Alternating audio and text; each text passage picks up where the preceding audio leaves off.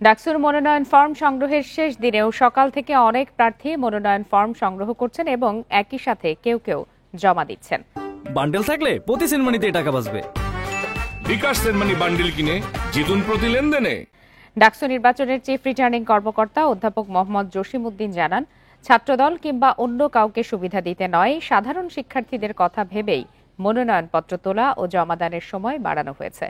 সময় বাড়ানোর সাথে নির্বাচন পেছানোর কোনো সুযোগ নেই। নির্ধারিত 9 সেপ্টেম্বরই অনুষ্ঠিত হবে ভোট গ্রহণ। স্বতন্ত্র প্রার্থীরা বলছেন, নির্বাচন ঘিরে কোনো চাপ নেই, ক্যাম্পাস জুড়ে লেভেল প্লেইং ফিল্ডে রয়েছে। মনোনয়নপত্র সংগ্রহের শেষ সময় আজ বিকাল 5টা এবং জমা দেয়া যাবে আগামীকাল বিকাল 5টা পর্যন্ত। সোমবার পর্যন্ত ফর্ম নিয়েছেন 565 জন। হল সংসদে এই সংখ্যা 1226।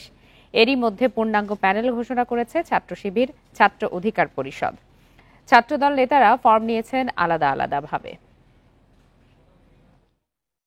আমি জমা দিয়েছি। পরিবেশটা আসলেই ভীষণই খুবই সুন্দর, কারণ সব দলীয় সবাই আসলে এখন ফর্মটা তুলছে এবং আজকে ফর্ম পূরণ করে জমা দিবে। আবার অনেকেই আবার আজকে যেহেতু একদিন টাইম আসলে বাড়িয়েছে, দেখা যাবে যে আরো প্রার্থী বাড়ছে। ঢাকা বিশ্ববিদ্যালয়ের একটা বড় অংশ হচ্ছে সাধারণ শিক্ষার্থী, যারা কোনোভাবেই কোনো রাজনৈতিক দলের সাথে সম্পৃক্ত নয় এবং তারা এমন কাউকেও চায় না যে আসুক যারা নিজেদের দলের এজেন্ডাকে বাস্তবায়ন করুক। যারা মনোনয়ন প্রত্যাশী ইলেকশন করবে তাদেরকে মোর ইনক্লুসিভ করার জন্য, যাতে কেউ বলতে না পারে এতদিন পর একটা ইলেকশন হচ্ছে আমি মনোনয়নপত্র নিতে পারলাম না, বা 5 মিনিটের জন্য 1 মিনিটের জন্য, সেই দিকগুলো বিবেচনা করে আমরা যাতে ছাত্রছাত্রীরা যাতে সন্তুষ্ট হয়, আমরা এই জন্য মনোনয়নপত্র বিতরণের ডেটটা একদিন বাড়িয়ে দিয়েছি।